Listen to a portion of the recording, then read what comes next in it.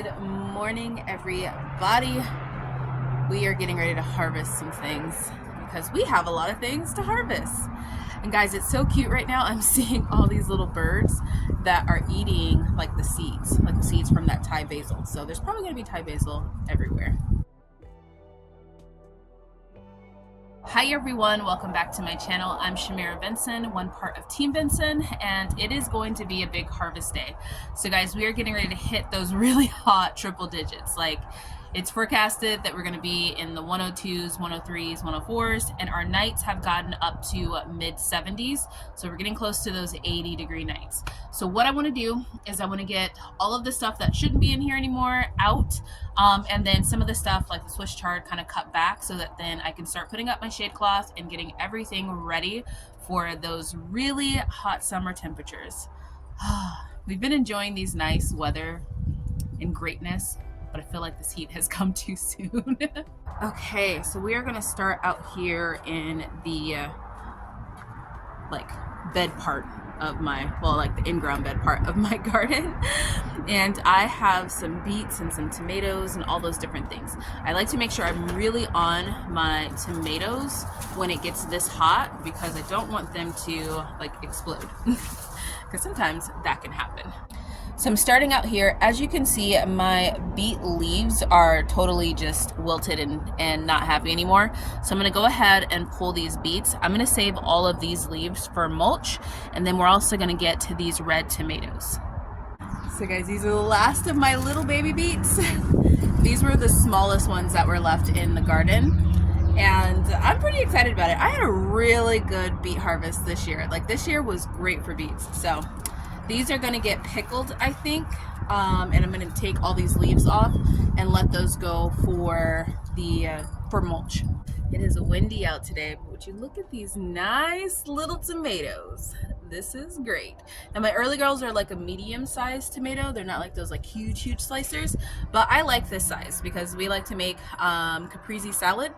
We have some basil going, and we have these tomatoes, and then we just need some mozzarella and salt, pepper, and balsamic, and it will be great. So I'm also gonna get the ones off my big beefsteak tomato because I don't think that I'm gonna be keeping that plant much longer. So this is my big beefsteak tomato. It was the first one to actually give me tomatoes, and it has been going since like October. So we're gonna go ahead and get all the red ones off and see how many we get. Guys, that's not a bad harvest for a pretty dead plant. Now, I did have one that had, yep, that's the one, that had some pretty severe blossom end rot, so I'll probably cut this open and leave it out for the birds. But all of the rest, I mean, they're pretty good. They're pretty nice. So, yeah. I feel like this is turning out to be a loud garden harvest with all of this wind and the street noise. But I think I am going to go ahead and just take her out because she's dead. She's not going to even probably attract hornworms because she's pretty dead.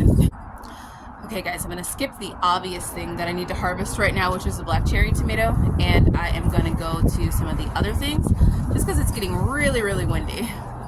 Like my little orange hat tomatoes. Now these little things crack me up because you have to make sure that they're really ripe in order for them to even taste remotely good. But once they're really ripe, they taste pretty good. And you can get like a handful of them and then they will just regrow themselves. So you need a lot to do anything with, and it's kind of like a tougher skin, but they're nice little poppers. So we are also going to cut back this Swiss chard.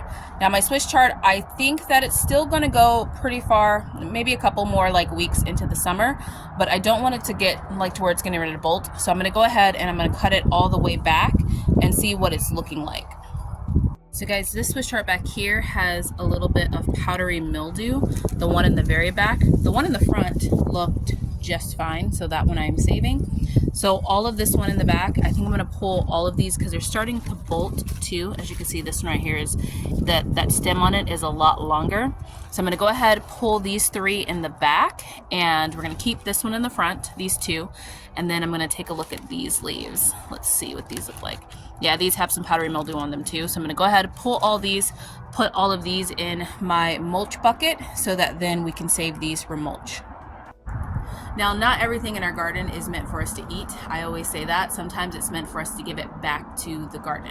And being able to mulch with the things that come out of my garden versus having to buy mulch saves us a lot of money, and it lets me know that there's nothing like being sprayed on the things that I have or anything like that.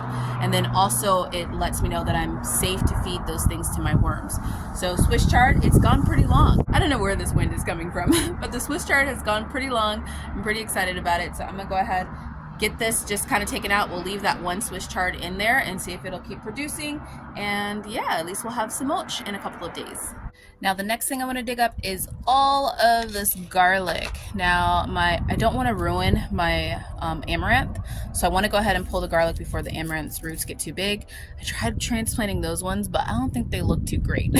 So we don't want to ruin this little patch, so we're going to go ahead and get the garlic now. Okay guys, we found out some things. What we found out is that this is not going to be the year that I add garlic farmer onto my list of things I can do. It still made these tiny little bulbs of garlic. I'm gonna let them dry out and do what I did in the last video where I just blended them all down and made a garlic oil. And then these leaves I'm just gonna put on my garlic bed or on my corn bed, and then we will try again next year. But what I can grow is black cherry tomatoes. So I'm gonna go ahead, I'm gonna pull a bucket's worth of these and just kind of, get my confidence of gardening back. See guys, just like that, confidence reset. So I didn't pull all of them, and look, this is nowhere near all of them. I just pulled enough for us to have for dinner tonight. I'm gonna make some spaghetti. I am going to do a big haul of that entire thing, probably in the next day or two, because I need to trim it a lot. Like now that we're getting these really hot temperatures, I need to make sure that my Armenian cucumber, my squash below, all of that stuff in those onions are going to be able to absorb some of those really good rays. So we need to make sure that that thing is trimmed down. So I'm going to probably enlist some help and do it over the next 2 days. But after that, we're going to do a huge black cherry canning project. We'll probably actually start it because I only need probably maybe half of these, and I have a bunch in the house too. So we'll probably start it today and then do more afterwards. So guys, the next thing I'm going to do is grab this thyme. I think this heat's going to do a number on it, so I'm going to go ahead and trim it all the way back and get it in dehydrator. Okay, I just want to say that this smells magical. This would also be a ton of money at the grocery store, so I'm excited to make sure I do not waste my time. I am going to, literally, I'm going to wash this up, put it in the dehydrator, dehydrate it, and then pass the wind, use the stems for broth, and use the leaves for cooking. Alright guys, this is it. This wind is not lightening up, so I am gonna head inside and start doing some stuff with all of this. But until next time, grow yourselves a garden, because even a small space can provide you with tons of food. Bye guys!